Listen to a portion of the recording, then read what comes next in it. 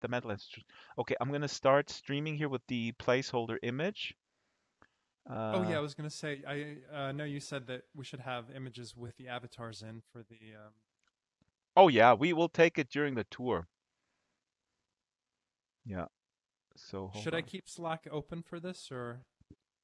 No, no, no, no need, no need. We're live now, and I have the placeholder image. Let's just keep this going for a minute or so. My vast audience of three people. Ah, Laura Birdsong is already watching. Very nice. Hi Laura. Hi, Laura. Okay. I heard you take a snapshot. I didn't because I muted the sounds. Oh, I heard someone take a No, snapshot. no, you did because I did. Oh, okay. But I muted the sound. Oh God. Sure. Okay, so we will see. Actually, you know what? I'm gonna crop out our location because we had one troll who was trolling me a little bit at one point. Her shtick is, Drexter, you're old. The cool thing is that she sounded very young, and my comeback was, yeah, I'm 48, but you are in your 20s and you're trolling someone who is your dad's age at on a Saturday evening in a virtual world. Who is the loser? Yeah, I was gonna say you need to get out more. Yeah, You have an excuse at least. yeah, because she was like, oh, you guys are losers. You only like you're hanging out in the virtual world. And okay, what are you doing? Okay, we're Was this live. by any chance someone you've What? interviewed before? Yes, there is. It's on the podcast. Yeah, the I forget her Uh, name, but I remember what is her name? I don't even know uh her name, but I got angry, because I do see a straight line between uh, harassment for fun and what's going on in the political realm. I cannot oh, differentiate these definitely. things, right? So, and then I got agitated because she was just denying this, and and I get into this mode. I totally admit I get into this sort of like daddy mode, like, honey, don't you see how terrible this is? What you're doing with your energy, blah blah blah. And then her fans were constantly saying, "Oh, she got you. You lost it, Drax. Oh my God." And I'm like, guys, so childish, please. Mm, Yeah, it's. I don't know if you saw this, by the way. mm. I posted on Twitter yesterday. Um, there was a Second Life related post and thread that made it to the front page of Reddit yesterday, and Oh I my didn't watch God, the really? video itself. Yeah, I didn't watch the video itself, but it was basically, um, it was apparently someone trolling some Second Life people wound up in some kind of club or in their home, and they were yelling at him to get out. And I didn't watch the video, but I was interested mainly in the kinds of comments that people wrote in this thread on Reddit about Second Life itself. And of course, most of them were very, clueless and disparaging and dismissive of Second Life in general. And they were Yeah, saying, oh, yeah. it's just a chat room and this and that. And it's just interesting to see I mean, probably Uh, a lot of them had I, tried I, Second Life. yeah. At this point, I gotta tell you, at this point, when somebody is on Reddit or anywhere else for hours on end and saying that Second Life residents are losers because they're only standing around in the chat room. That did upset me in 2007. That doesn't upset me anymore. You've gotten past it. It is ridiculous. I mean, it is. And I was we're actually live, but let's just do this real quick, and then I'll do a proper introduction. Oh, people are tuning in. That's very nice.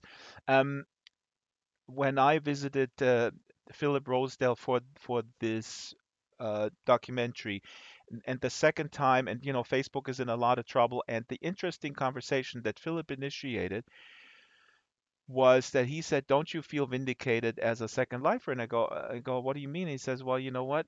Facebook was selling this idea of real names, the whole real name policy, Yeah. and the purge happened with the Second Life papers, but their selling point was really like, we at Facebook, we can clean up the internet and we can make everything super awesome because when people use their real names, everything will be fine, everything will be super authentic." And now, lo and behold, it turns out that their business model not only facilitated all sorts of crap, but also again in the political realm has really has really had a damaging impact. And Second Life Oh, Communications, as we, Eric, have always known, or friendships, communications, and such are much deeper and more authentic, right? Yeah, I mean you're sharing an actual space. I mean that's I've never actually been This, on Facebook, yeah, been on Twitter obviously, yeah, but very different with SL. yeah. It's the space and the avatar embodiment. Okay, I'm gonna do a quick introduction, then we get going. Hi, my name is Draxter, and I'm streaming from Second Life today for the Drax Files Radio Hour, which is coming out on Monday in audio form, but this video will also stay put where it is.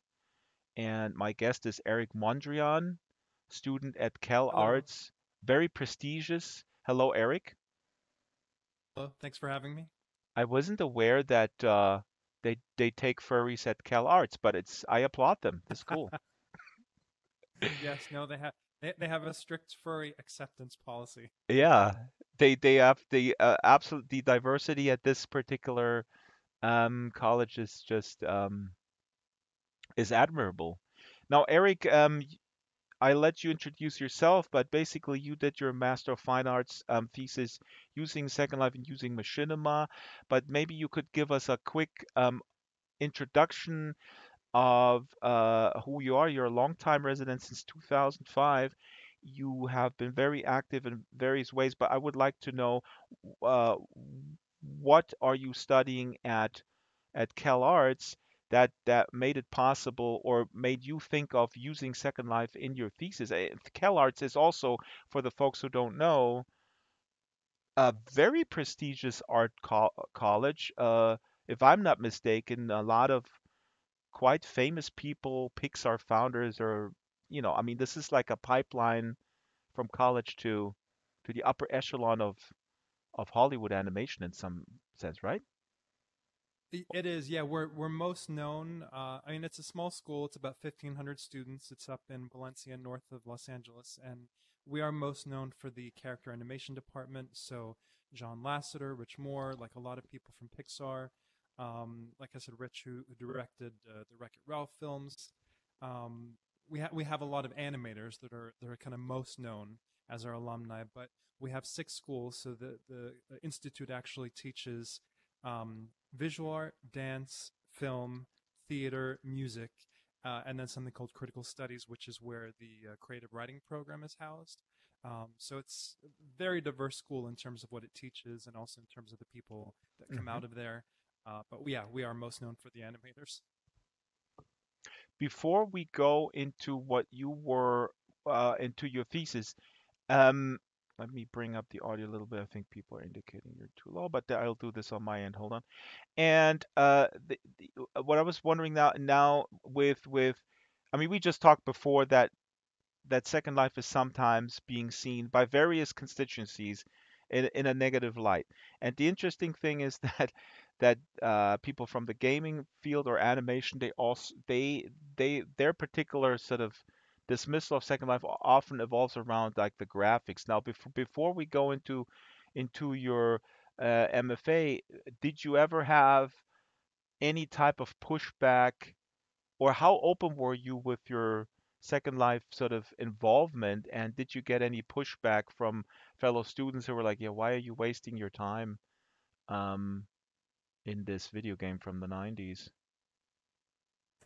I mean, I think I've specifically with the thesis, the main person that I interacted with and talked about as it was kind of ongoing and who I got a lot of encouragement and support from was my mentor on the creative writing side.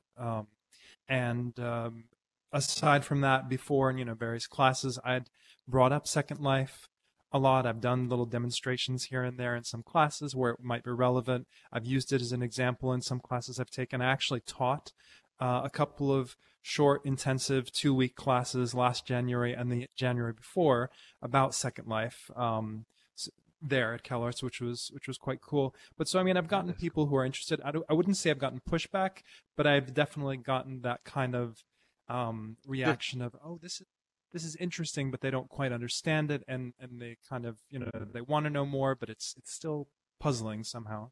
In many ways, when we were talking, I was just thinking because I studied music at a conservatory, and I was in the jazz department. I also did classical, but I was in the jazz department primarily. And people know that I'm a big heavy metal fan. And now it's kind of different. But 25 years ago, I was, it felt to me like I was looked at like some, who's this guy? Like, how can he like that garbage music? We're doing Who's some. this guy with the hair and the headphones?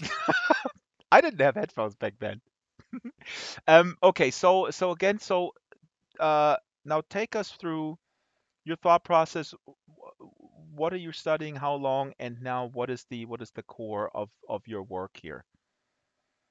Well, what CalArts has, we have like undergrad and grad, so BFAs and MFAs. We also have an MA program. But anyway, there is something. It's kind of an interdisciplinary special option that some students can choose, or they can apply for rather, called interschool, which means that you are technically part of two different schools at CalArts. Again, it was music, film, theater, dance.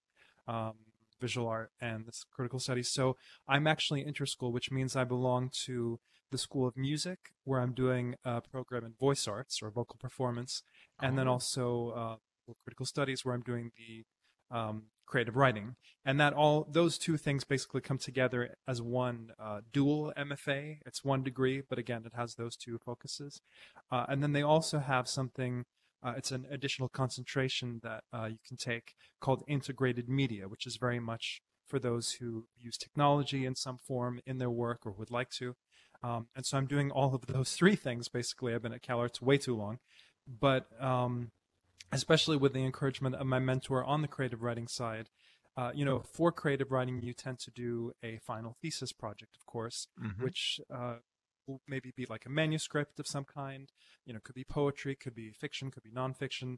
Um, the creative writing program is non-tracking, so people can do whatever they want. They don't have to decide on what particular genre or form.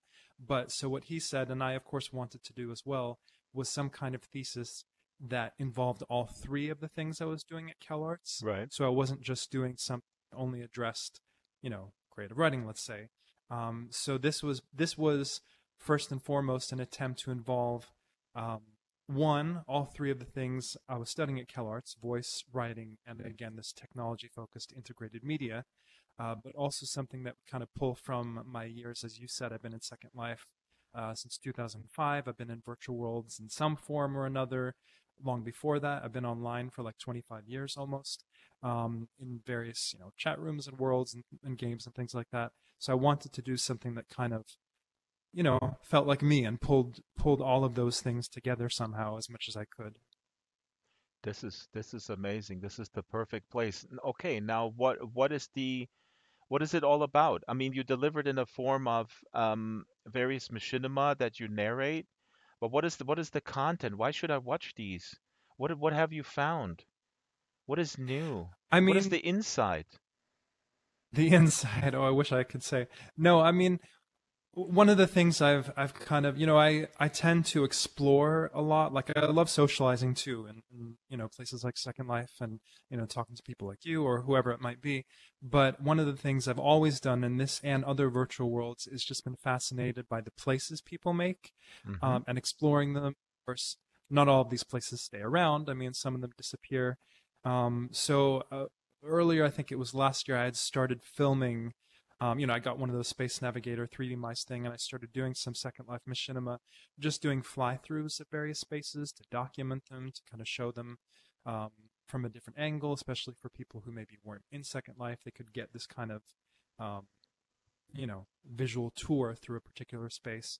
Um, and so from that, that arose from that in some ways, this thesis, because I wanted to do something where I had these written pieces that were very they deal with various emotions, they deal with different feelings, So was it and like setting somehow, these written pieces into places where they match yeah, somehow, or where where they they felt where I felt that they fit somehow, not maybe with a one-to-one connection. It's not, if you look at the videos, it's not always a I'm not necessarily creating narrative pieces here that are telling an easy to understand story, but there is some kind of, or hopefully there is some kind of connection in terms of the emotional content, what that space conveys, and the way I kind of navigate through it visually, that Hmm. then connects with the actual written pieces. And of course, for each piece in the series, there were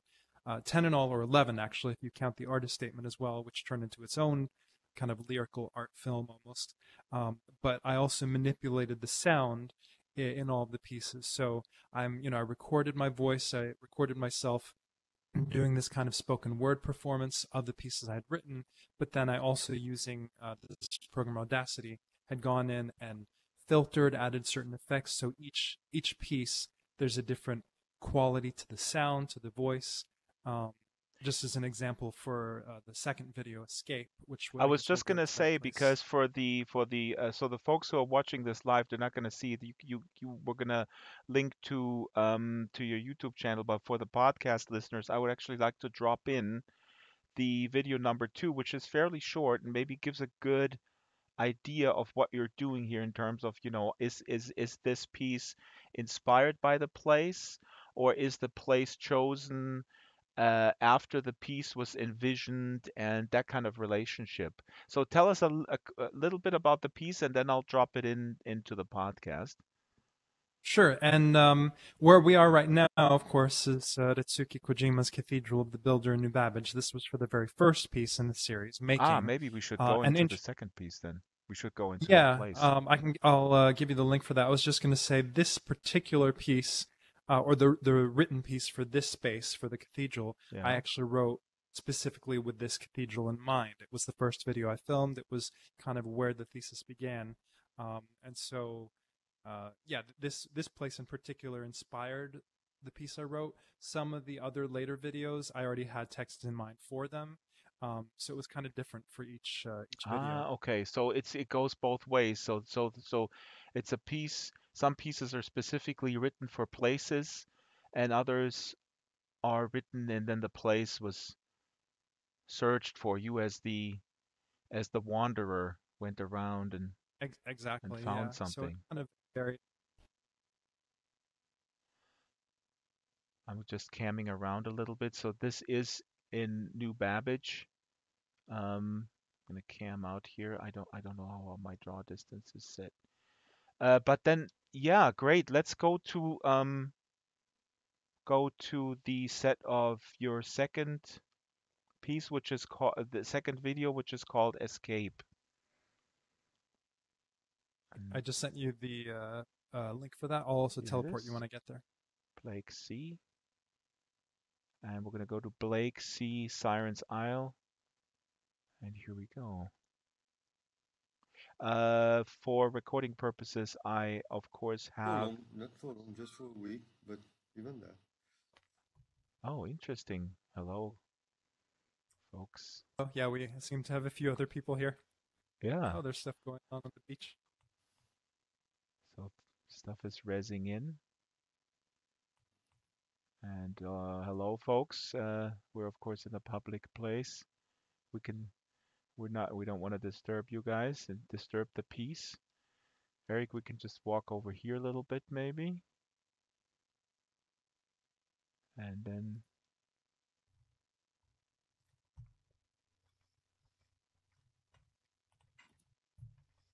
try Mm. to make sure that my draw distance is up.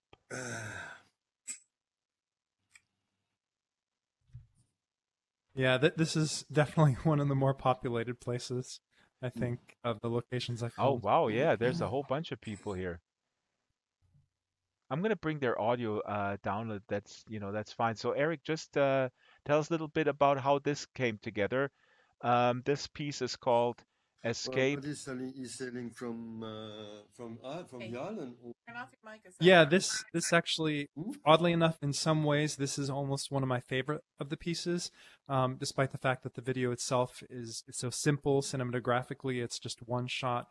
What I had done here, actually, like the piece is all about um, escape, not necessarily in a literal sense, but can also be, of course, a mental or an emotional escape.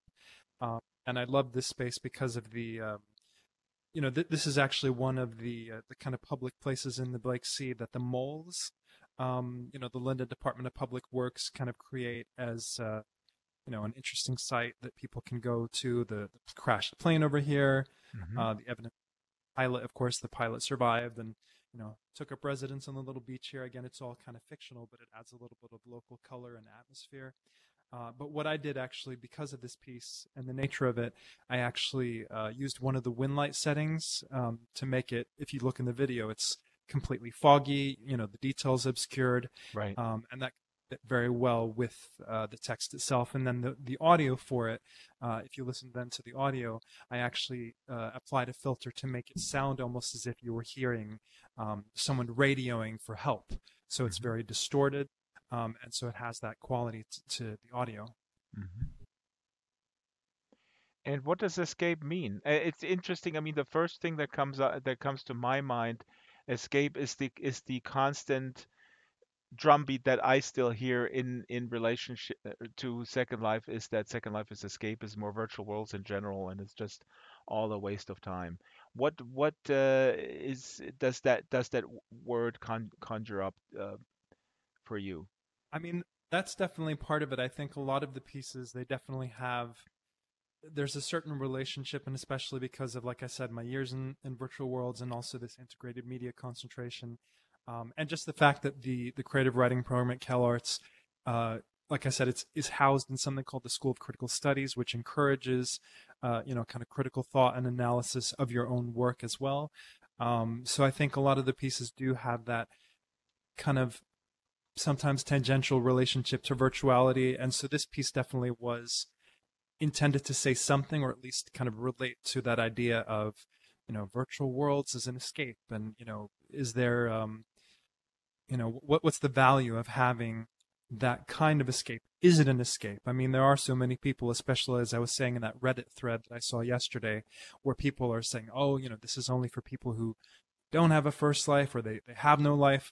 um, and yet I think Wait, if hold you, on. Let as me you set know. this up because I think we were off. I didn't record this beginning, so we were talking offline earlier about a Reddit thread where the age-old ridicule of Second Life came in, or people had a good time ridiculing Second Life residents as quote unquote losers with no lives. And are you serious? Did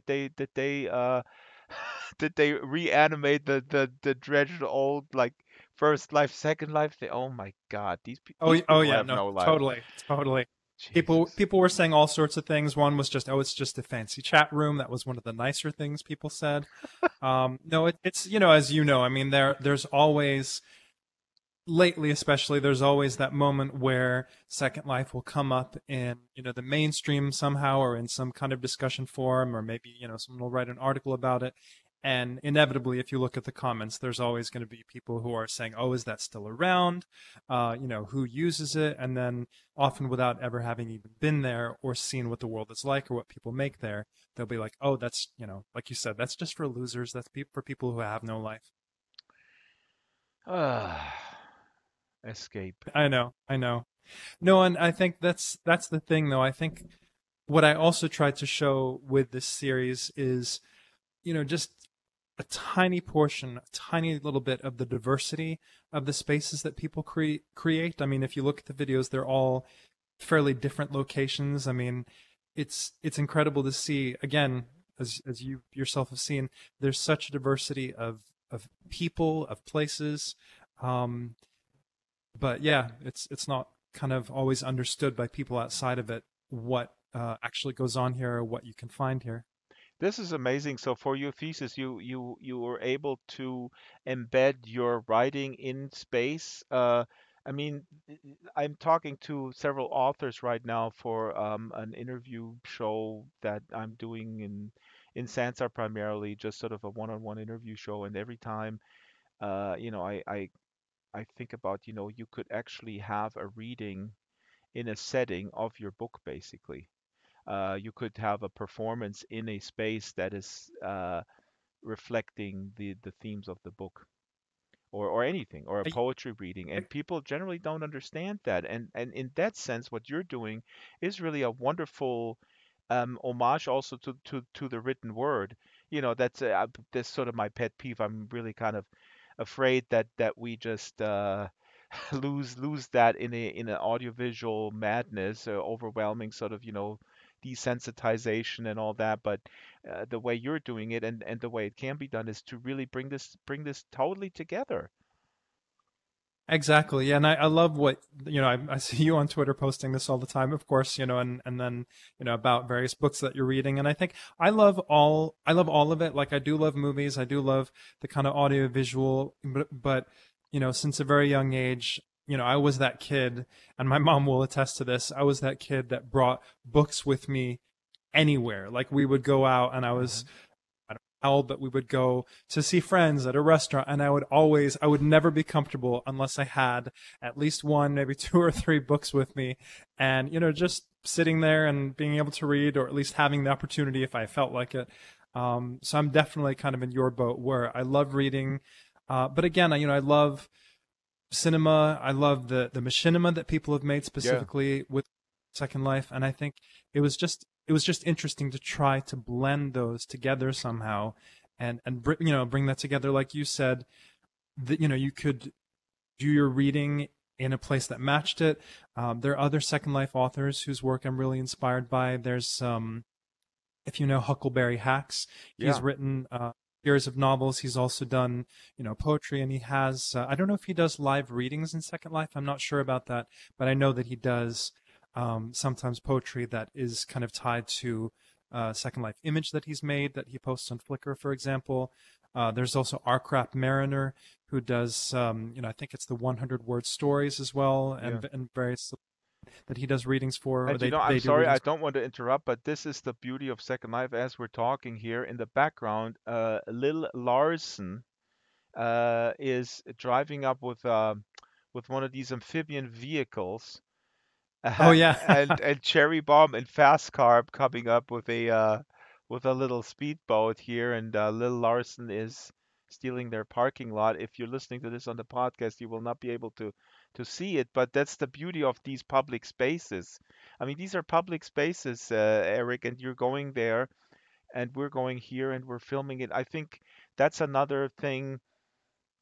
Uh, I mean, arguably, of course, Linden Lab is a private company and all that kind of thing, but we have public spaces in Second Life, and public spaces are disappearing in the physical realm.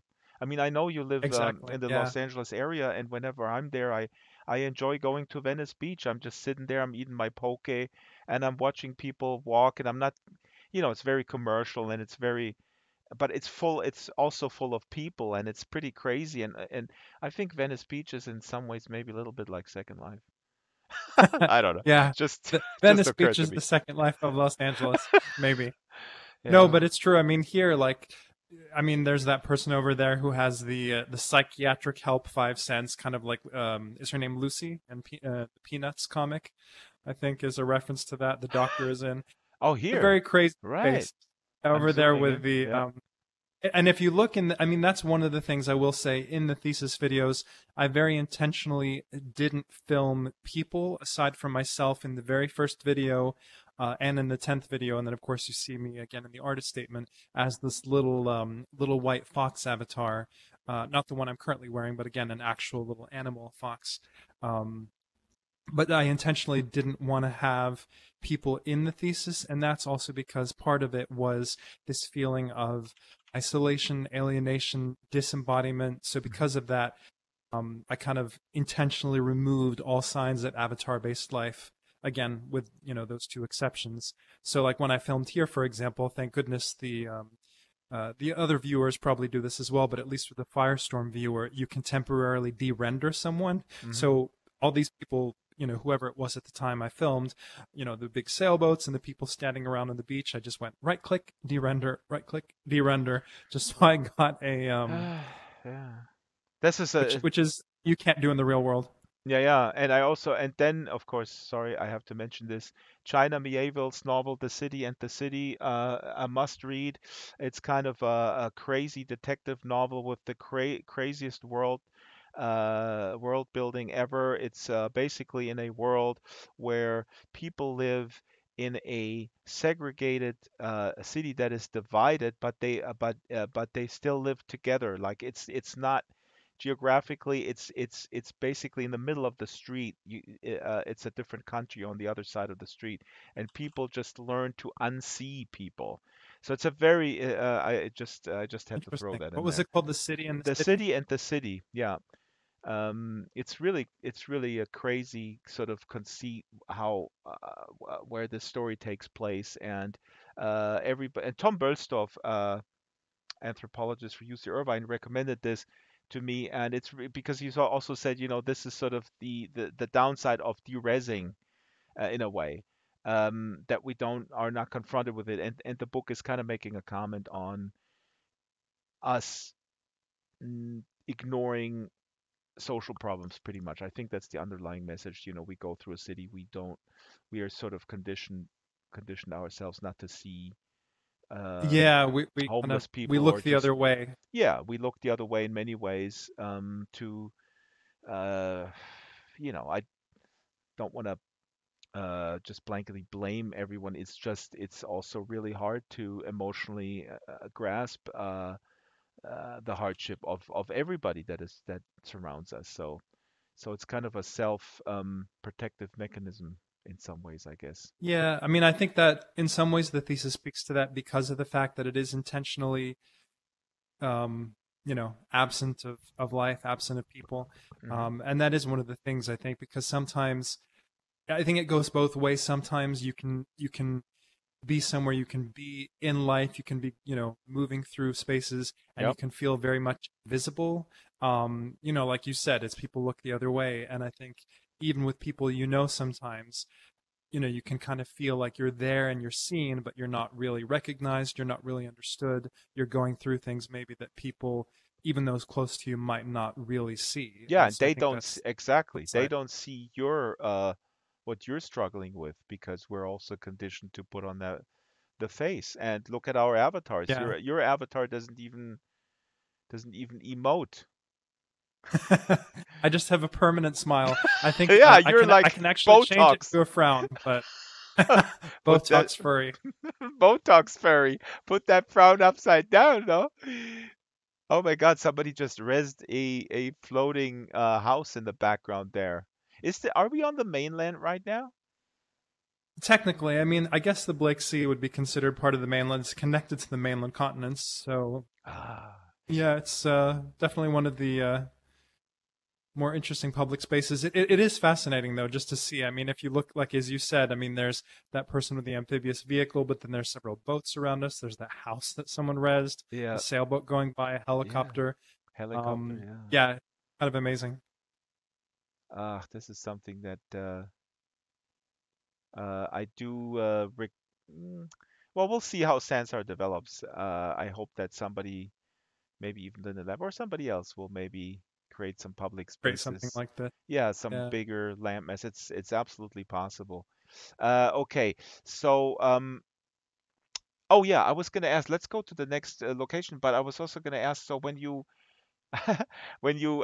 presented this, did people say when they watched your machinima, "See, I told you, there's nobody in Second Life ever." So look at all these empty places. I there's no told you. one there. What?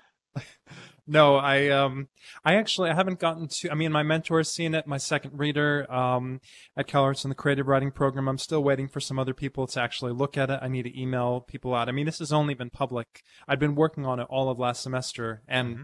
you know early January, but I'd only really made the videos public as of I think like a week or two ago. Hmm. So it hasn't been public super long. I've gotten some good feedback from Second Life people, especially already, which is really nice. Who I think will then maybe more understand. But so but that is something I guess I have to keep in mind when I show it to other people. They're like, but there's no one there.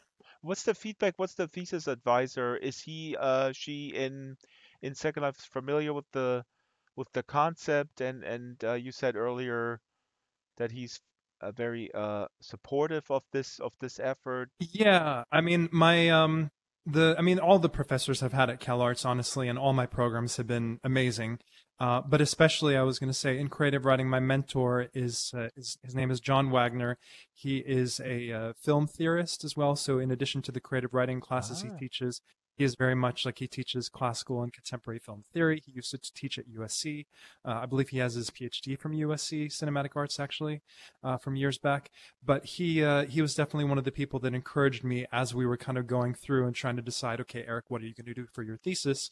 He was very much of the mindset that, try to do something that brings together all three of them. So, and partially, obviously, just so I didn't have to, do a written thesis and then feel like, okay, what do I do for these other programs? So So he it's was really very all combined. encouraging, Yeah, yeah. It's yeah, fascinating. to combine it. But all the creative writing. I mean, my second reader, Tisa Bryant, she's the head of the creative writing program.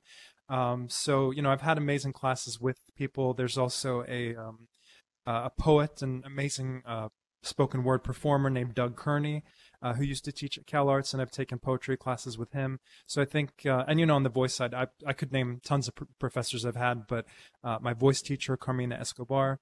But no, Do you what consider was your question? yourself do you consider yourself a poet then? And I want to play. Well, let's go to the other location, and maybe we'll play video Okay, number five, which was also okay.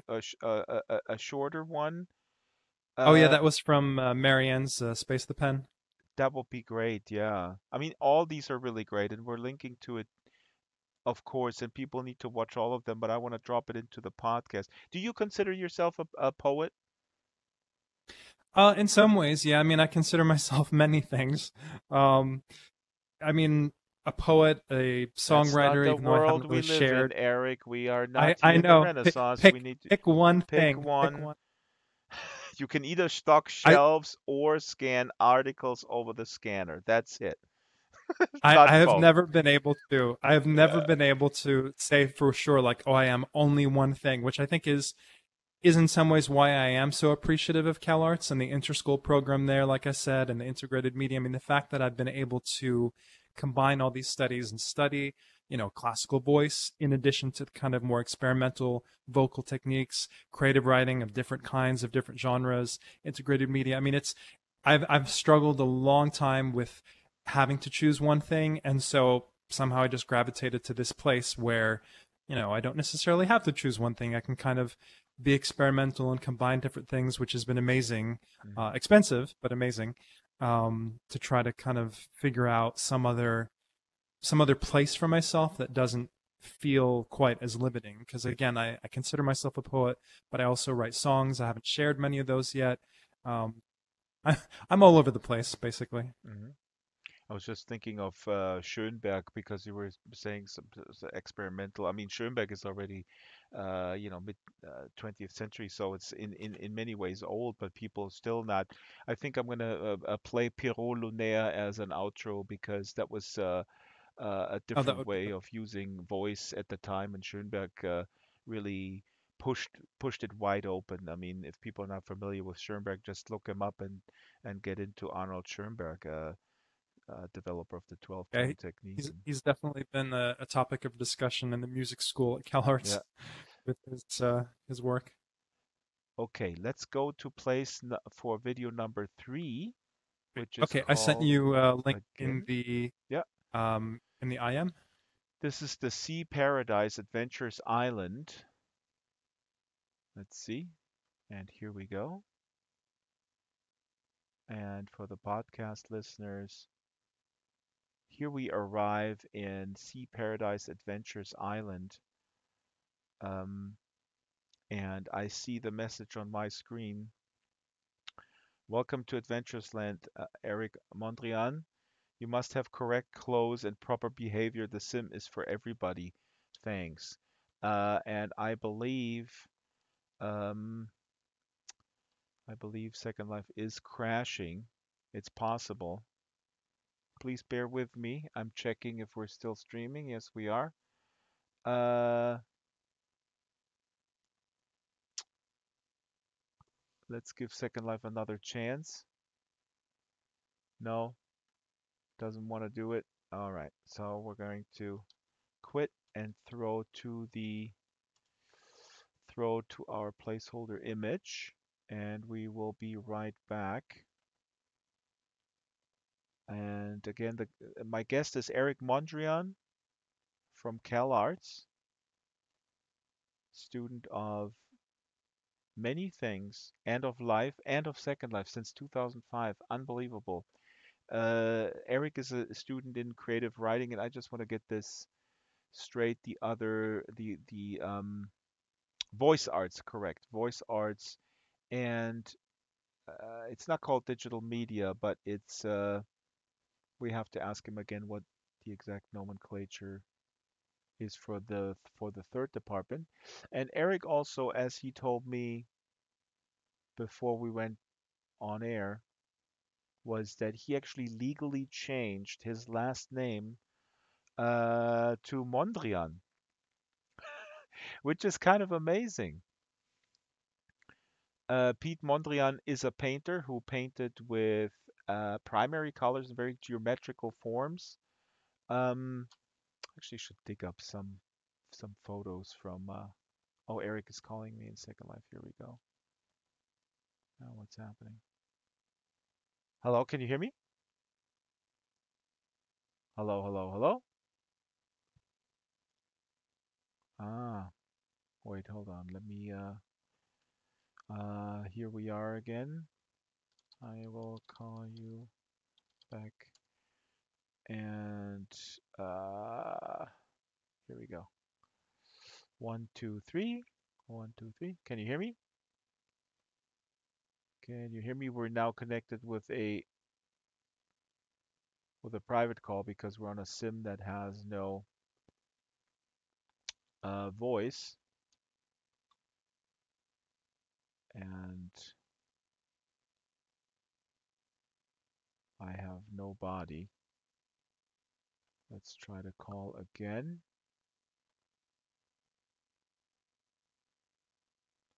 Your call has ended. Call gets dropped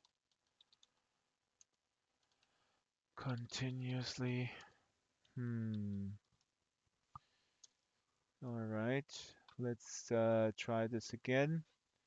And yeah, we're going to the next space. I'm going to folks see us here. There we go. Yes. Let's go to next space.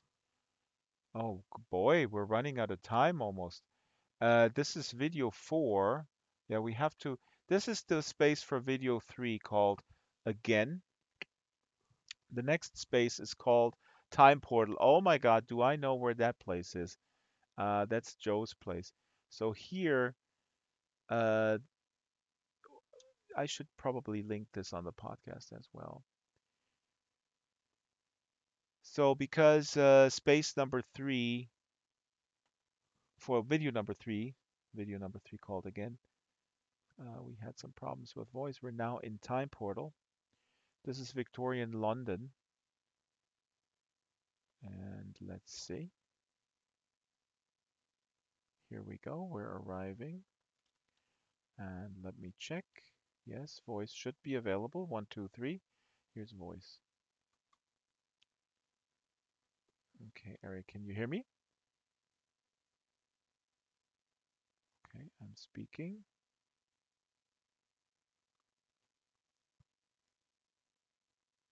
I am speaking. I am speaking. Hello? Hello, hello, hello. I see your dot. Okay, relog. You relog. I relogged already. Let's see here.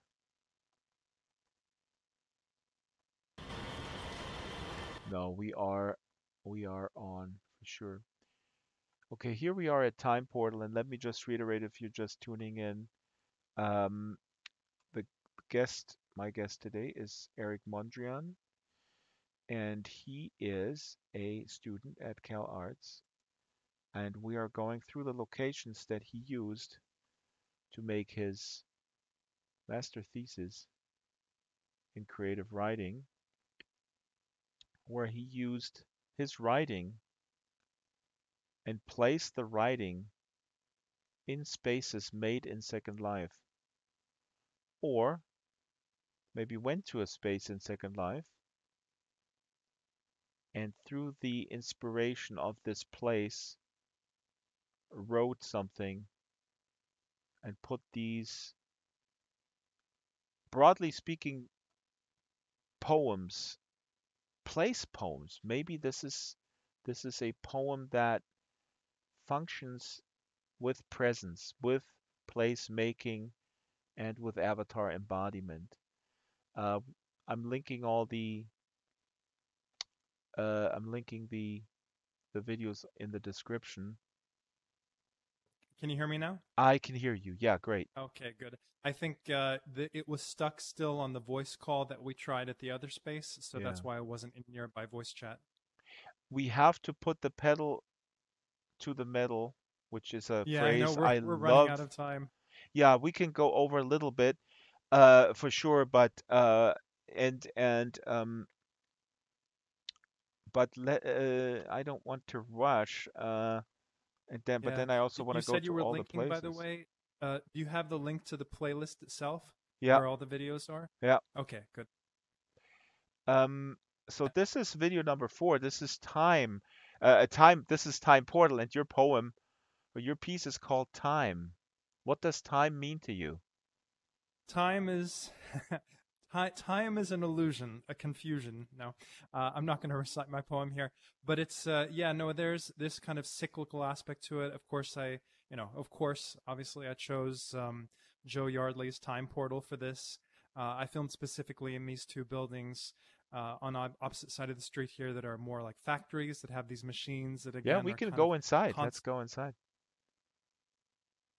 It's Follow. it's a little bit loud in here. I have all the sounds completely muted so that for the podcast. Podcast folks, if you don't see where we are. We're in Victorian London. It's dirty. It's there's a lot of fog through the steam of the machines. Here's a bunch of machines. Yeah, it's kind of amazing. What I actually did though for this is you start off in the video hearing the sounds of the machine, or at least on the other side in the other building, and then I mute everything, and you only hear my text throughout until the very end when the machines the audio from the machine starts up again. What does This it was have? interesting though because Yeah, go ahead. sorry, go ahead. No, you go ahead. I was just gonna ask with the time again. The time is an Oh yeah, illusion, but the machines are time is real. an illusion, confusion is substitution. Yeah, I mean, some of this is wondering actually. I think if you look in the artist statement, I kind of tie all these together in some way. I mean, there's lots of different interpretations people could make, but one of the things really is that sense of feeling like you're stuck in a rut, feeling like you're actually repeating the same patterns of behavior, the same mistakes over and over, like the machinery that just keeps on going in one pattern. But one of the things I did with this video, I think it's the only video I actually did this for, is I start off speaking and then I changed my voice and I kind of layered it. So it's a little bit sometimes on speakers easy to lose that part of it, but if you're on headphones or you have the volume turned up, you'll hear what I started off speaking become almost like this rhythm that's underlying the whole piece, as it keeps repeating in the same pattern while I'm reciting the poem on top of it. Hmm. I wonder because I mean, I asked this a related question earlier. Let's take a few photos outside. I want to take some photos outside, and then let's go to the next one. But your thesis advisor, how is that? Can you describe the relationship? I mean, how involved is that person? I never had a an advisor Oh, like for the that, and mentor for yeah. John. um I mean, he's there. Like it's at CalArts, we call them mentors rather than advisors, and Hmm. the ideal is again that it's going to be a very equal relationship, that it's very supportive, but it's still kind of on the same level, despite the fact that, of course, this person has a lot more experience and they are still in this kind of an advisor role. Um, Again, for me, he was very encouraging from the time I first started at CalArts, and then with this thesis was really the one who said, you should really try. I had other ideas. I mean, I had ideas for things that would just be on the page, and again, it was kind of his influence, his support, his encouragement that was really, he was really, try to put something together that involves all three of these things. And then through the process, I mean, as I made the thesis last semester, I was constantly sending him, I sent him the text beforehand, some of which he'd already seen. I sent him the videos, of course, once I had them every step of the way. And then, just got his feedback on them. And then, of course, as I did the artist statement, and especially, I think, on the 10th video, especially, there was some editing involved where what I had written kind of I wasn't totally happy with. And so there was kind of back and forth with him helping me, guiding me toward a way to kind of edit it down to make it more concise, to make it more impactful. So he was definitely involved in multiple ways. This is wonderful. I love this place here. How Joe made it. Victorian Yeah, where London. is Joe? Hmm? Where is Joe? Ah, I don't know where Joe is. Joe hates me. She's off in some other century. No, no, no. Joe is fine. We're totally fine. It's just that the taping of the podcast is sometimes there's a lot of overlap, and we always we're much looser with the recording because there's a lot of the format is really changing in that sense. So uh, it's not changing to be one thing. It's many things. So Joe is sometimes with me if she's available, and sometimes she isn't. But it's not to the naysayers. It's not a disillusion of the original format. I think Joe is very important as my main co-host. Let's go. We have to wrap it at the bottom of the Yeah. next hour, the absolute Okay. latest, as because I have an let me see another picture here, and we're You going should to be in bed already. no, no, no. I have to actually Friday. I have a bunch of meetings coming up. Uh.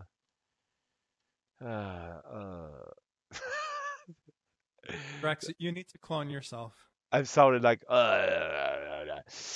and the viewers are like, Dragster, you're live. Stop complaining. Now we're going to Bay City. For your the next video is in the series is called Love, and for the podcast listeners, I'm going to play it, and here it is.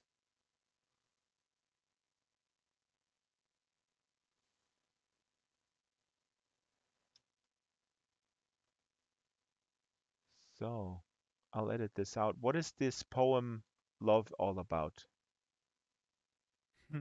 What- That's a good question. What is love? As the Hadaway song would be. It is. If only this were real life, I would start moving my neck like they do in that movie Night at the Roxbury when they're dancing to that song. What is love, baby? Don't hurt me. Actually, have you seen? There's a this is completely unrelated, but there's a singer named Kaisa who does a really, really amazing cover of that song. Oh, no. But it's a completely different mood. Like, I mean, you start off hearing her sing it, and even though the title is the same, when I first heard it, I was like, "Oh, this is a beautiful song." You're listening to the lyrics, and then she gets to the chorus, and you're like, "Wait, is that song?" It's like, yeah, it is. Yeah. But yeah, this is this particular piece actually I wrote. Sorry, clearing my throat. There was a class I actually took. I have I don't know if I actually mentioned this anywhere, but I have a master's as well. The CalArts is an MFA, but I have an MA as well from San Diego State University in Mass Communication and Media Studies. Hmm. And while I was there finishing that off a few years ago, I actually took a class in an English class in writing and specifically writing about place. And one of the guest speakers we had was and you might actually find this interesting. There's an author named Julie Wilson, and she had written this. What first was a blog, I think, that she did, and then became a book called Scene Reading. and it was her You project are while she was. kidding me. Julie Wilson, did she also write a book recently called Neoliberalism, a textbook? Oh, I have no idea. Oh I, my I God. just I just know this one book. Maybe I'm not Okay, sure, let me but look it up. I Yeah, don't know go if ahead. it's the same person. She had written, and again, she came and actually gave a talk to the class about this. But she had, while she was living in Toronto some years back, she kind of she she's a big reader obviously and writer, and she undertook this personal project to observe people reading in public, whether it was on whatever they call the public transit, the trains there in Toronto, or just anywhere else. And what she would do, she would have this kind of goal for herself that if she saw someone reading in public, she would try to kind of surreptitiously see what it was they were reading, who the author was, approximately where in the book they were as well. And then also maybe, take some little notes about the person's appearance, like what, clothing they were wearing, just something, so that later she would go home, she would try to look up this same book, try to find more or less again kind of where that person might have been reading in the book. Um, if they were halfway through a third, if she knew a page, Yeah. and just kind of based on that whole experience of who she saw reading, what they were reading, she would just write something that was inspired by that. It didn't have to be about that person or about that book, but it would just be some little short short fiction type of thing, a little flash fiction, that was in some way inspired by her experience of seeing this person reading whatever it was they were reading. And so she encouraged us in this class to do the same. So this piece that I wrote for this, I actually wrote, as far as I can remember, based on a coffee shop that I had been in San Diego late at night, maybe not feeling, completely my best emotionally, maybe feeling a little bit isolated, maybe feeling a little bit depressed, as you can sometimes do if you're sitting alone at a coffee shop where no one's talking to each other in the middle of the night. Um, but yeah, this piece was inspired by that. So this is the coffee shop. Hmm. Yeah, I mean, not it's partially, I mean, because this particular piece, as you know, and maybe your viewers don't know, but Marianne has an open mic here at the Pen called Espresso Yourself once a Hmm. month, every first Tuesday at 6 p.m. SLT. Little plug for her. But and I've been sometimes and seen some people read or talk about different things, and it's been a really nice experience to come when I can. And so this piece, in some ways, if you look at the way it's filmed, again, I used a different wind light setting, so it's very dark outside. It's kind of got a different mood than it does naturally with the default lighting conditions. But so the piece itself, I do as if I am on stage reading this Hmm. to an empty coffee house, to as I say in the artist statement, a disembodied crowd, I think, or another, I might have phrased it differently. But so this is that kind of experience of feeling like you are on stage reading some of your work, talking about something important to you, but you're not there in the video. I'm not behind the mic, even though I you was hear me just gonna speaking. say this is so powerful, but you're not there. You are in fact disembodied. You're I am not. Hmm. disembodied, and the crowd is disembodied, and it's dark, and you see the chair sitting over there forlornly by the payphone, waiting for someone to call, waiting to call someone who might not pick up.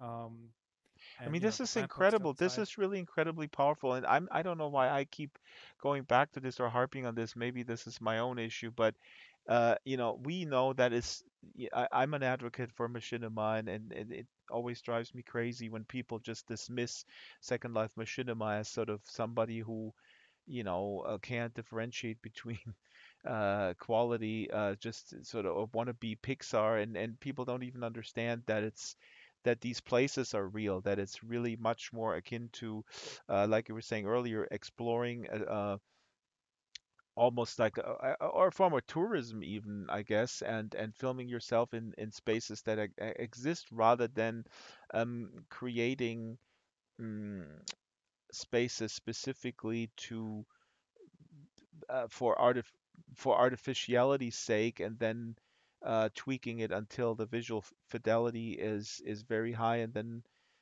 maybe some authenticity gets lost. Anyways, I'm going off a tangent. The No, way but you I know what you mean. you incorporated this so powerfully, I'm just wondering if I'm just so glad that this didn't really come up that much. It's like Hey Eric, why did you do this in Unity, dude? Does anybody ever say that? Not yet. I'm sure someone will at some point. No, but I think that's the thing. It's funny because I mean, I do love, Pixar and, animated movies and cartoons and things like that from a young age. Actually, it's funny because I say this sometimes to people I know, if given the choice between a live action, movie or cartoon or whatever, well, I guess cartoon is by definition, well, given the choice between watching something live action or something animated, Hmm. I would always choose the animated one. And part of that for me, I think, is because of the fact that um, you, I mean, again, just maybe from a young age, I kind of gravitated to that. But I think it's also the fact that you're able to get, I mean, you can do this with live action too, but with an animated, film or show, you get that extra layer of, the artistic style, like the Hmm. different, I mean, you can get certain things from, amazing cinematographers, of course, can make places look very different with the lighting and the coloring and everything like that. But for me, it's interesting to just see an animated, film or show that you have that other side to it where you're also looking at the art style. You can make something that isn't necessarily true to life, um, but that still feels real. But what you were saying, I mean, for Unity or for making something in something like Blender, I think for machinima especially, it is really underrated as a creative tool, Yep. as a cultural product, I guess, for lack of a better word. But and that's the thing, it's that you can film in real time, that you're filming in these spaces that people can actually visit, that people can actually use. Again, the open mic that actually occurs here. Yeah, It's it not like I actually just went exactly. That's what into I'm saying, and I think and that's the other thing is that what bugs me is that we look at. I mean, it's understandable that we look at Second Life or any place that is a digital offering in the context of time. But the problem is that I see, and Tom Berlstoff actually I think wrote about this in all of his books, is that uh, look at we dismiss certain spaces because they're technically outdated, right? So we evaluate things or places or cultural phenomena the way we evaluate cars. And that makes no sense, right? I mean, the people who are here, Marianne, who puts the open mic together, they're very much alive. And just because the materials or there's no physically based rendering or the draw distance can't go to 2,800 I mean it's just so nonsensical. I think we really need to have this discussion when we talk about social spaces and their validity and we measure their validity in terms of sort of technical checklist. that's a really good point. And yeah, that's the thing. It's like, I mean, we're so conditioned, especially with gamers especially as well, that you look at what's the newest, what can your graphics card do, what's the latest video Yeah. game console.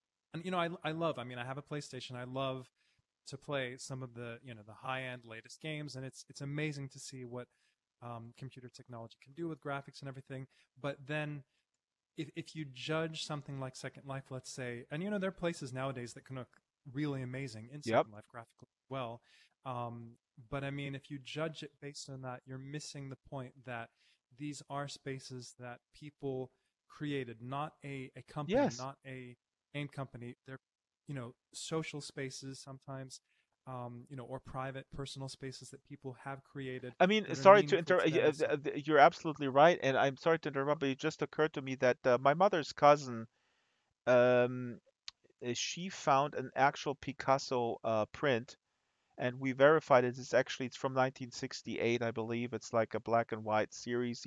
There's like 150, and she used to know a gallerist, and she gave it to her, and that's an actual Picasso. It's probably worth about maybe $10,000.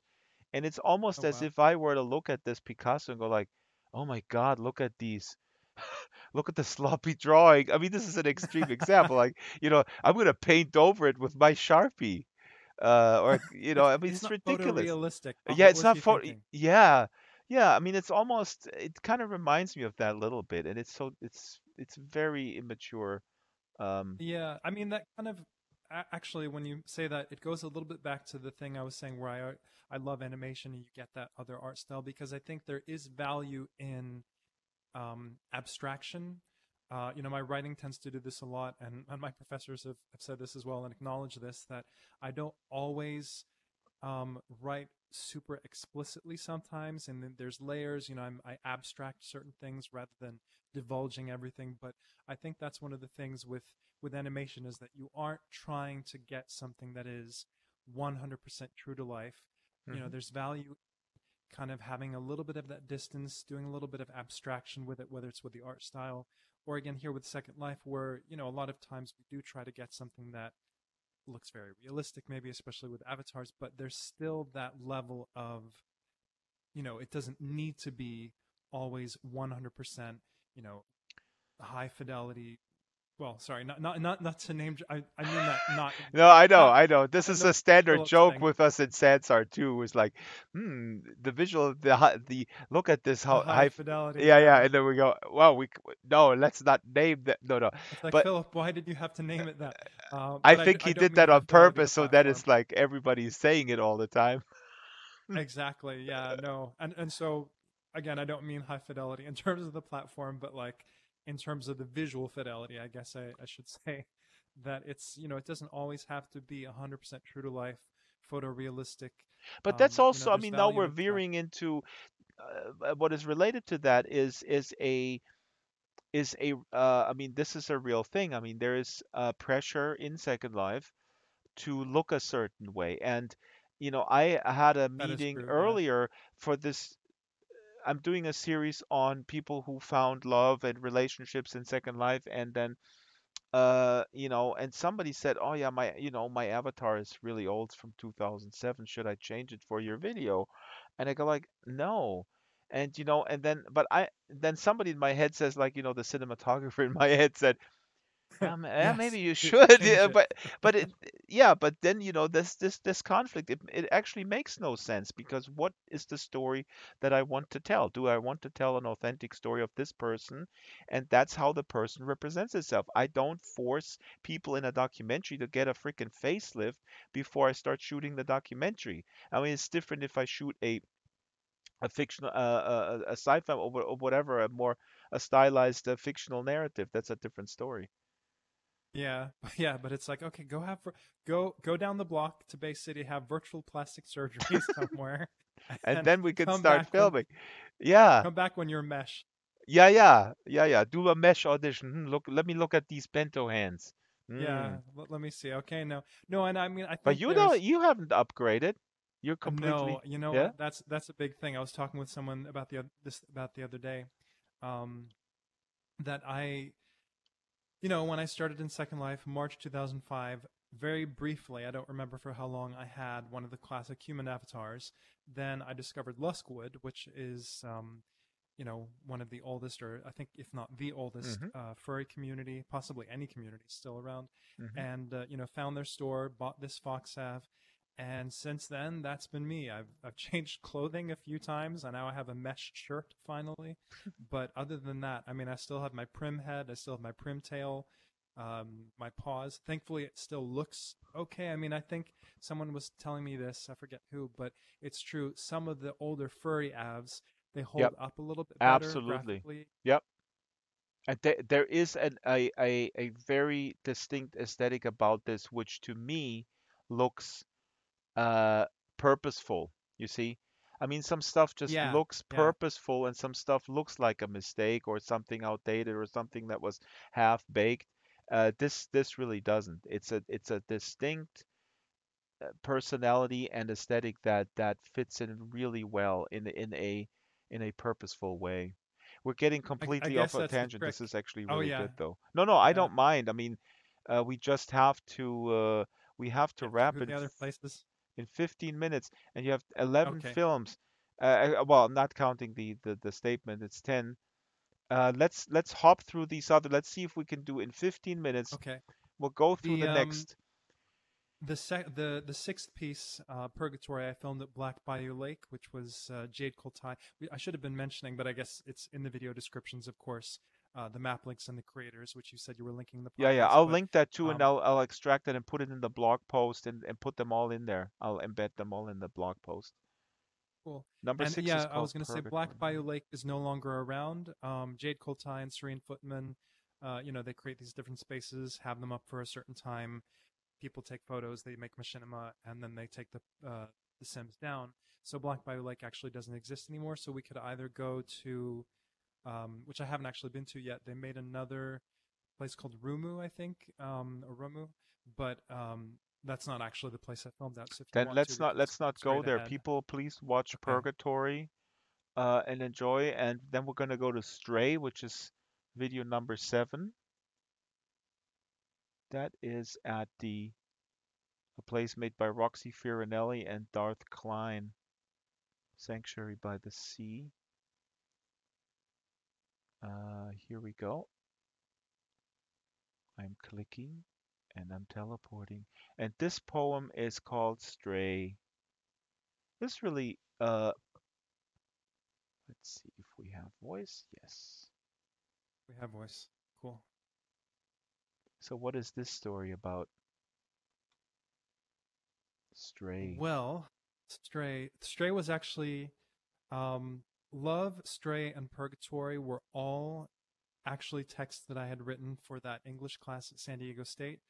They all came about through that kind of scene reading exercise where I went to different spaces and observed people reading and then inspired in some way, even if only kind of tangentially, wrote some kind of piece. Um, and for this one, I think this one was, God, what was it? I tend to be a little bit of a night owl, which, especially in public spaces, as a night owl, you can kind of feel very much, um, you can feel a certain sense of freedom, Mm-hmm. but also a certain sense of loneliness, obviously, that you don't necessarily get if you're out, even if you're out running errands or, alone by yourself somewhere during the day, you still have a lot more people around you. But if you're going out at night, enjoying nightlife, depending on where you go, if you're alone, there's a different feeling to it. So Mm-hmm. this piece was actually inspired by the fact that, um, especially at the time, I was going out a lot by myself. Um, and you kind of see that different side of society at night in certain spaces, and so I am the king of the people who wander the night, where you feel like you're both out there among the crowd, let's say it's at a nightclub, for example, but you're kind of also off to the side. Like i Mm-hmm. i have this problem, throughout life, where I'm kind of, no matter where I am, I'm somewhere, but I'm also, some part of me is also observing and kind of studying, and not intentionally, but I just have a hard time letting go of that, So when I you guess, go critical. to a nightclub, then are you standing by the side with a drink and observing and I mean, I love dancing too. I mean, that's the thing. Like when I go out sometimes, or I'm able to go out with friends, and even alone. I mean, I've got people are actually surprised by this. Like I don't actually drink, and yet I will go out sometimes alone or with other people. And over the years, I've managed to kind of train myself to, not always so easily and bravely, but sometimes we'll get up on the dance floor, try to have a good time, try to dance. Mhm. It obviously helps if you're with people, and that's its own uh, kind of, what's the word? Having friends with you is its own has its own kind of disinhibiting effect, of course. That's right. But yeah, no. So sometimes I will go, no matter where I am, and have this kind of sense of being slightly off to the side, even if I'm in the thick of it, and still kind And of does continue. that, I mean, does it bother you? Does it feel like you can't connect? Is that something that, because you were just saying uh, you had this problem, so you are classifying this as a problem, but it could also be, why I, does I it feel like we have to should go be? to a sim where I can lie on a couch and you can be my therapist for Oh this. yeah, I'm trying to get into that business. 250 Linden dollars the hour. Oh, Uh, okay. I don't know if I can afford that. You might have to lower it to 100. if you buy 10 sessions, it's only 1,000. Oh God. No, No, it's you know what? Oh, sorry. Go ahead. no, I mean, this is very interesting. I mean, I feel I can really relate to that, and I'm just curious if when sometimes I meet people who say, "Oh, I would love to be an extrovert who just goes up to people and say, "Hi, I'm this person and let's talk," or whatever. And I'm not. In what way would you say are you at peace with who you are in the social realm? And in what way or what percentage is like, I want to kind of not be that person? And then maybe related, or then going on from there, is there a difference in Second Life? How does Second Life play into this? Because as you know, I mean, a lot of people find Second Life very liberating in that regard, where they would say it's much easier to to connect to people because there's just you go straight to people with similar interests, and it's just it facilitates that communication. Yeah, there's a different kind of social dynamic, and I think, I mean, with me in the real world, like I would probably call myself an introvert because I do like to, as they say with introverts, kind of recharge when you're alone. But I mean, I do like people. I do like hanging out with people, speaking to people. And I wouldn't call myself shy actually, because I realize I do actually, or at least in the past, after high school at least, I kind of got into that mode where I felt like, oh, I'm actually not too terribly afraid of talking to strangers, going up to someone. Um, I think it's maybe different if you feel a certain sense of, I can't think. If it's someone you want to impress, let's say, that Yeah. that can obviously take it a different direction. But just strangers, someone on the street or in a club, I don't have too much trouble actually talking to someone, no matter where it is. So again, not shy, but I would still say introverted. Um, and yeah, I mean, with a social space in Second Life or in any other virtual world, I mean, I think there's multiple layers to it. I mean, I think one is you could say with text chat, let's say, and I've seen Hmm. other people say that you can kind of stop and consider, you can think, you can kind of you have a little more time to. Yes, because it's that's a great point. Yeah, there's a lot of people have told me this who have any variation of anxiety or even learning have been diagnosed with a learning disability that they don't feel pressure to immediately come up with a witty reply or whatever because it's accepted that they may take their time, or even people with physical disabilities who can't type that fast. Yeah, they can take a little time, or if you speak, a lot of people in Second Life, are from other countries, might speak English quite Yeah, well, yeah. but Yep. maybe be conscious of an accent, or maybe they can, read and write it, but they can't speak it or understand it too well. I think even with voice chat, though, I mean, I know like, um, now spaces, of course, like High Fidelity and Sansar and these other ones, or VR chat. I mean, they're very much heavy on the voice chat. Um, and I think it's nice to have text chat as an option too. Like I would always prefer any platform to have both.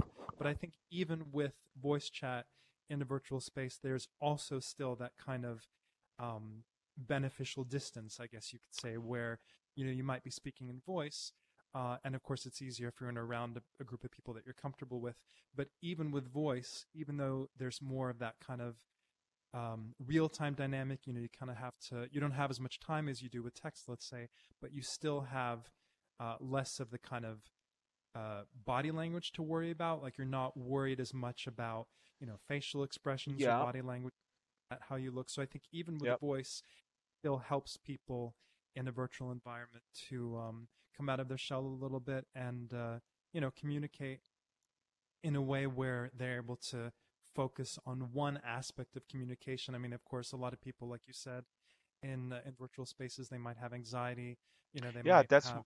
that's why they're so powerful. I mean, there's a lot we talk a lot about the dominance of voice in sort of next generation virtual worlds, which I find problematic because it does uh, I try to when we do outings in Sansa, I try to integrate people to the best of my abilities. And actually, kudos to Linden Lab that they instituted a floating chat window where VR people with the helmet on can still communicate with people who are just texting because that wasn't on their roadmap, and they saw.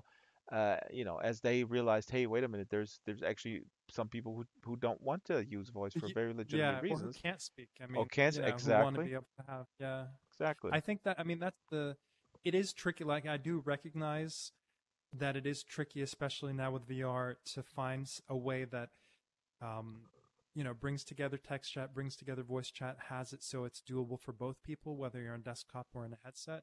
So it's a challenge that I recognize, and I'm happy that they have, brought that in as well, because I think Well, having that's both, why they're having engineers. They should welcome that challenge. How do you think, Eric, exactly. BMW, Volkswagen, and Mercedes became the biggest brands in the world?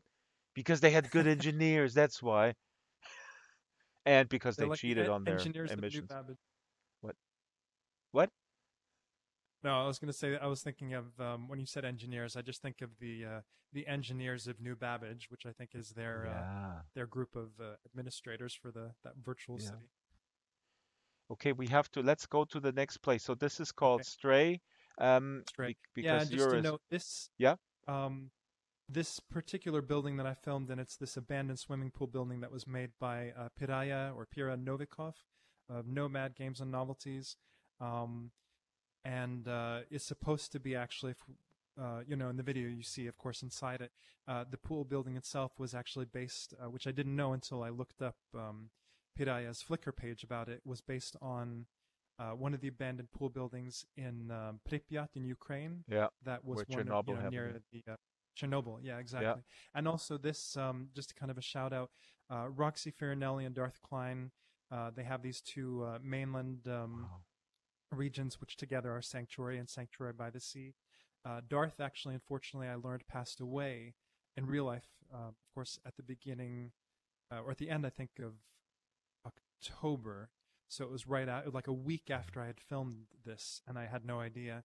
And so, this particular video now serves almost a little bit as a memorial to him, which is why I dedicate the project itself as well in the end credits. But just a shout out to the work he did and the fact that Roxy is still here and keeping his work alive and all Wow. the work.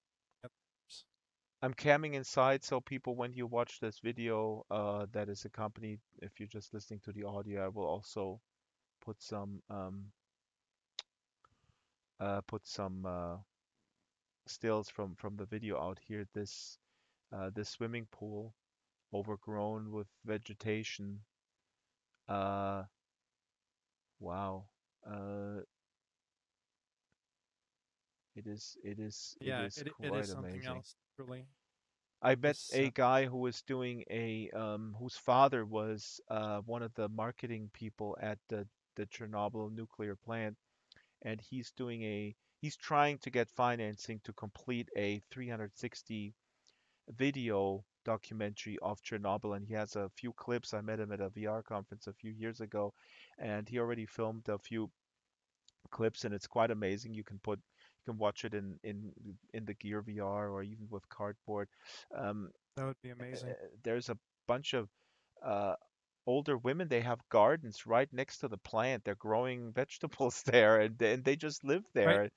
It's it's That's wow. it's amazing, yeah.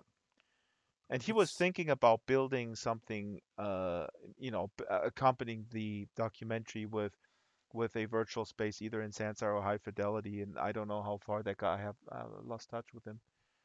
I think Um, that would be amazing. I mean, that's one of the things, as we saw earlier with Joe Space, and I think there are a couple other yeah, examples. It's like you can create spaces that are, recreations of real world spaces, or that, reimagine them in some way. Of course, with Joe, I mean, she makes, spaces that are based on real places, but, taking them back in time. Um, it's really amazing what you can do. I think that that side of it is very unappreciated, that you can create not just imaginary spaces, invent them out of whole cloth, so to speak. absolutely. And we're actually, I mean, again, I mean, if people listen to the audio podcast only, I'm sure most people are aware because A, I keep saying it over and over, and B, you're listening to this podcast because you're interested in Second Life. So I'm assuming you are familiar with the basic concept. But Eric and I are basically, we're not doing this on Skype or on the phone, this recording. We are going through spaces, and right now we're standing in front of a dilapidated building here, Soviet concrete building with a farmer's market sign in front of it. Um, Exactly. that is really Maybe cool. it's the Venice Beach Farmers Market. Yeah, I mean, but also here's Lenin with the hammer and sickle, and there's a donut over the sickle, or held up by the sickle, a statue that is leaning against the building here, and it's a piece of art. It's an artwork that was undoubtedly, as you said, inspired by a disaster, which impacted me personally. Okay, I gotta squeeze in this anecdote. God, I'm looking at the time. I gotta squeeze in this anecdote because I was born in 1970, so when Chernobyl happened, 1985, I was I was 14 or 15. Doesn't matter.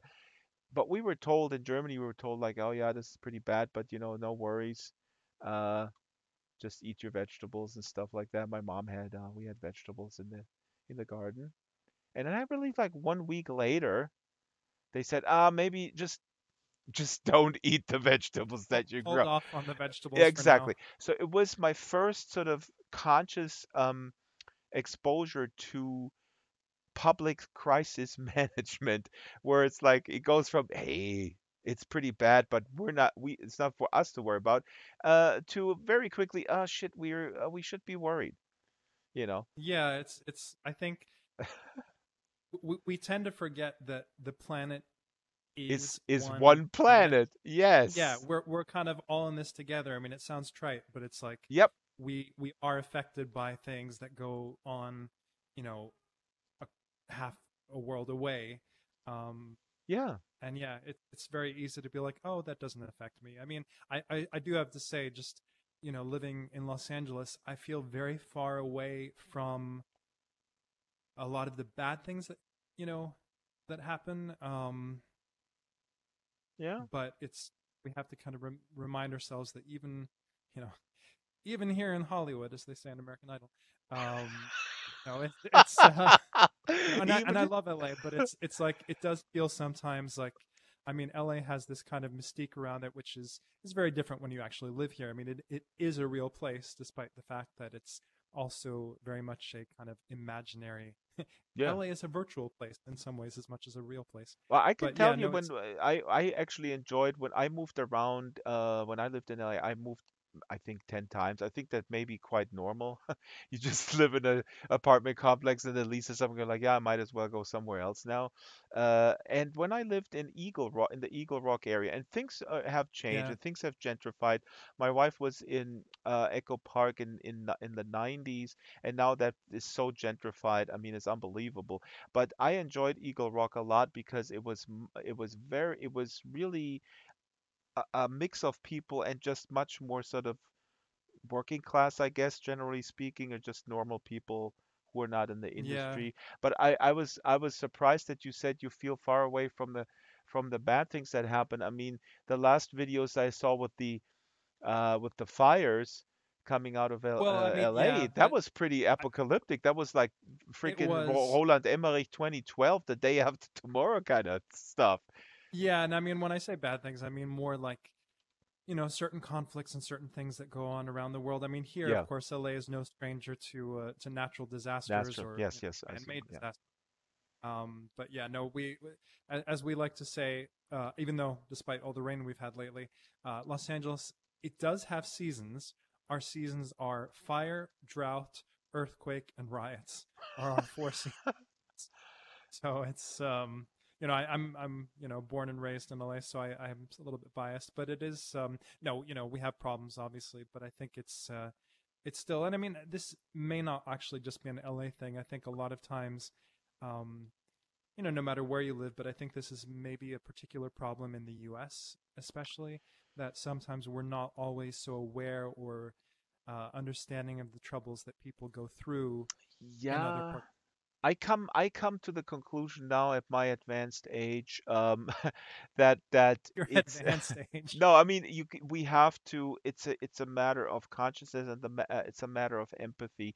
Um, I come from a middle class background, and if I hadn't gone to Los Angeles and then ran out of money, I wouldn't have been exposed to certain things that informed my life at a very early age. In other words, I had to basically work under the table. I worked all sorts of jobs, and I saw, for example, immigrant labor up front and close at the age of 25, 26, and people who come from my background normally don't see it uh, while they're in it, or while maybe when they graduate from USC Film School and they want to do a documentary, and you're like, hey, I'm gonna work on the farm for 2 months, and then cool, I make a documentary, and then I go to Sundance and drink a little Cristal and talk about people how I understand the Exactly. Yeah. working class, which drives me nuts. Uh, but you see what I'm saying? I think, and here I don't think it's an American thing, because in Germany and many other cultures, it's really, Yeah. I The mean, same here in thing. Germany, I had people say, when they talk about the refugee crises and when they talk about the borders sort of going back up, or more controls at the borders, and the first thing that I'm thinking is, the plight of these refugees. And then other people, and I had these conversations at Christmas, some people said, yeah, now I have to wait when I go on vacation to Croatia. I have to wait at the border for 20 minutes. Oh my God. Like, For 20 minutes. right, Oh you wow. see, like, oh, the inconvenience. Can you believe it? Um, and so Yeah. it's a class thing. Like, great that you're so And that's privileged that this is your biggest problem, you yeah, know? that 20 minutes at the border is your, and I mean that's the thing though. We are conditioned, and this is not necessarily our own fault sometimes, because I mean we are conditioned through technology and everything that convenience is king. Like, Yeah, that is like that's the time is issue. money, convenience is king. That's right. And we're not as aware. I mean, I will just say, even though I was born and raised in LA, I've lived in different countries. I've lived, in different cities. I moved around a lot before coming back to LA, and then eventually, getting to CalArts. So, and even in LA, I mean, like I said, it's a virtual place that people kind of fantasize about and have dreams about. And, we have, I mean, in some ways, I think it's probably the most um, well-known city in the world in terms of some of the names of its places. But when you actually live here, and like you said, you see different neighborhoods, you see different people, you learn that, oh, it's actually not necessarily what you see in the movies. I mean, we have, very real problems in neighborhoods of all kinds and all kinds of people.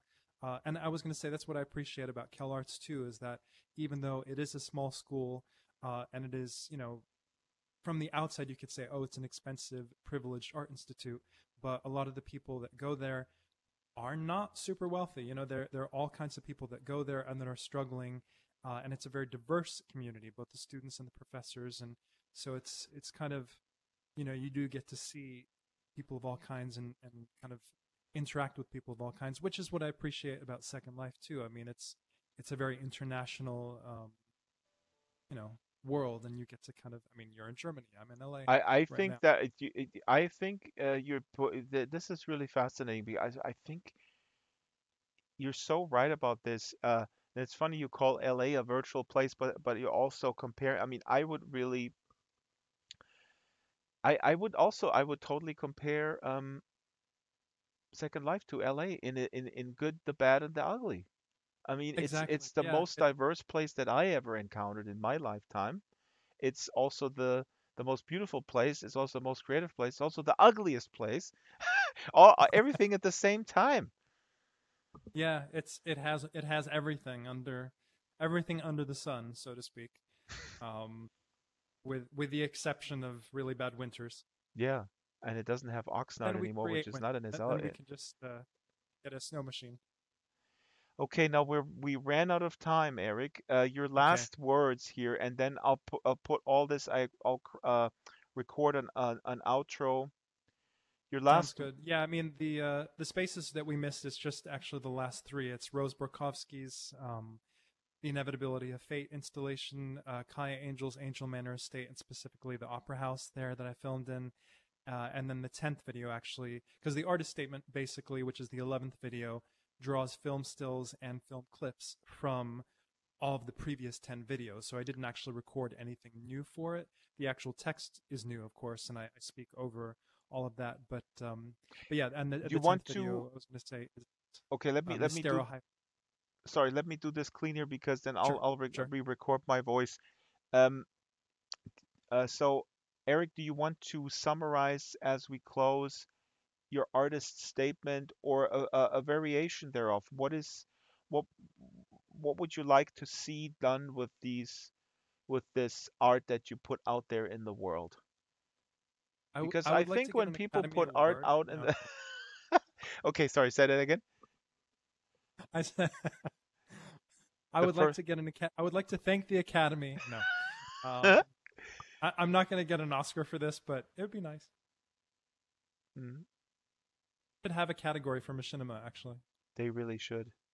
No, I mean you're putting it out in the world. I mean it's related to your schooling, but I always remember I had an uncle who was a wonderful painter and he painted landscapes. I mean we have hundreds of his paintings. He never did an exhibition, that gallery. He wasn't interested. Everybody in the family pushed him. He was not interested. He didn't want to put it out there. You put it out there.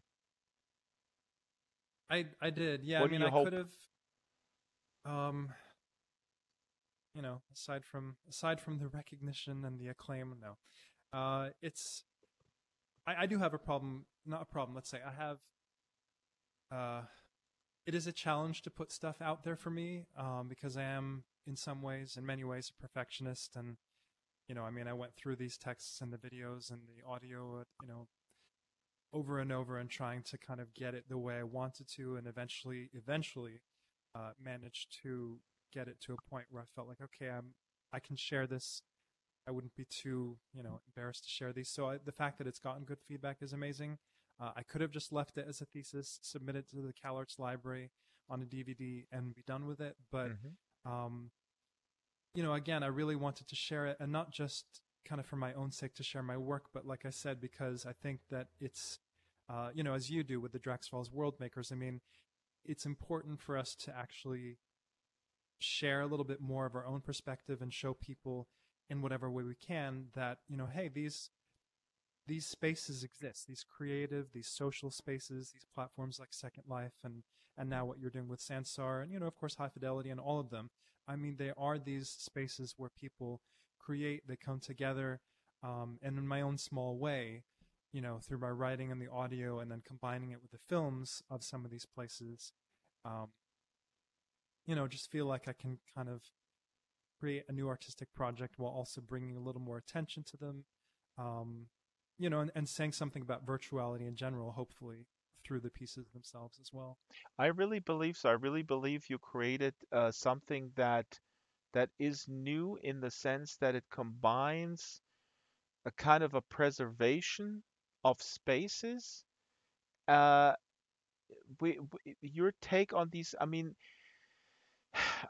I'm still, it's hard to formulate, but I feel very strongly that you created something quite extraordinary in the sense that these spaces are real. They're being dismissed, but they might disappear, and some of them actually have disappeared. So you are doing preservation work and sort of uh, recording this and making that these spaces uh, they, they continue to live. They continue to have life because you not only film them, but you also put life back into them with the words. It's interesting that you say that, considering like, I mean, the I putting life back in, because of course, like I said, I took life out in the sense of removing any avatars that might have been in it, filming it very, empty of yes, life. But I appreciate that you say that it's taking something out, but also putting back in. It's um, and I do hope, of course, that they stand, even for people who haven't, experienced Second Life. I hope the films stand on their own in some way, but just as much as they are, like you said, preservations of certain that spaces. yeah, That's why exactly. also This is a good description. point because people may you're absolutely right. People can also look at this and go like, "Oh, this is just wonderful, evocative art that goes really well with these words." and me sort of as a hobby ethnographer or whatever. I mean, that's what Tom Bölstow calls me, and he's the professor, so he should know. I think Uh, you're more than a hobby at this point. yeah, but I mean, I didn't formally study that. So I feel really weird, kind of accepting this label if it is incompatible with my humility, which people don't believe I have. I do have it. I do have it. Humble Drax. I don't display. Yeah, Humble Drax is the other. It's the Doctor Jet, Doctor Humble, and Mister full of himself. No, yeah. So yeah, though, you're absolutely right. There's a lot of different layers to this. Um, and it's. Yeah, and I mean, I appreciate I that. mean, one Especially time people I like you met. that. I'm sorry, I keep jumping on you here, but It's okay. years ago I met these guys. They were I think the one guy was 17 at the time, and they made I gotta find this. They made a machinima in Grand Theft Auto. It was at a machinima festival. They made a machinima in Grand Theft Auto, which was a story about the loss of a child. A father was looking for his child, and it was basically a really tragic story, incredibly well written, and they used Grand Theft Auto as the machinima engine basically, and that was for me the first time uh, when some in a way misappropriated something to make it something completely different. You know, I mean, Grand Theft Auto was not created to be the set for very contemplative, very melancholic poetry. No, and yet people. I mean, that's the thing. I think whether you look at virtual worlds like this that are in some way specifically designed for a little more freeform creativity in all ways, or if you look at games like that. I mean, that's one of the things I've always been fascinated by, just in general with the internet, and of course now we're seeing, unfortunately, certain uh, forms of control, I guess you might say. But it's still amazing to see the kinds of um, uses people put them to, whether it's virtual worlds or games. I mean, people are creative, people want to be creative, people want to tell stories, and they will find a way to do so. Even in using products or using games or platforms that make it difficult sometimes to do. Yeah. Okay, I'm gonna wrap here, Yeah. and Thank you. By the way, just I want to say thank you so much for having me on the podcast, and hi to all the listeners out there. And yeah, and if you want to find out more about the spaces, just don't forget to look at the descriptions on the videos themselves, because I put links and little biographical information about the creators of these locations. so for the viewers on YouTube right now, I'm going to cut and paste into the chat the link to your playlist. But I'll cut this, I'll clean this up for the podcast, and then write up a long blog post for the podcast. So viewers on YouTube and Twitch and Periscope, thank you guys for watching. Um, this was Eric, and I'm going to cut the stream here. And please do listen to the podcast, draxfiles.com, every Monday whenever I feel like it. Goodbye. Um, Same bat time, same bat channel. Good thing that I'm a machine and I always feel like it. And if I don't, I have a schizophrenic boss in my head who says you got to do it because, yeah, you have OCD or whatever.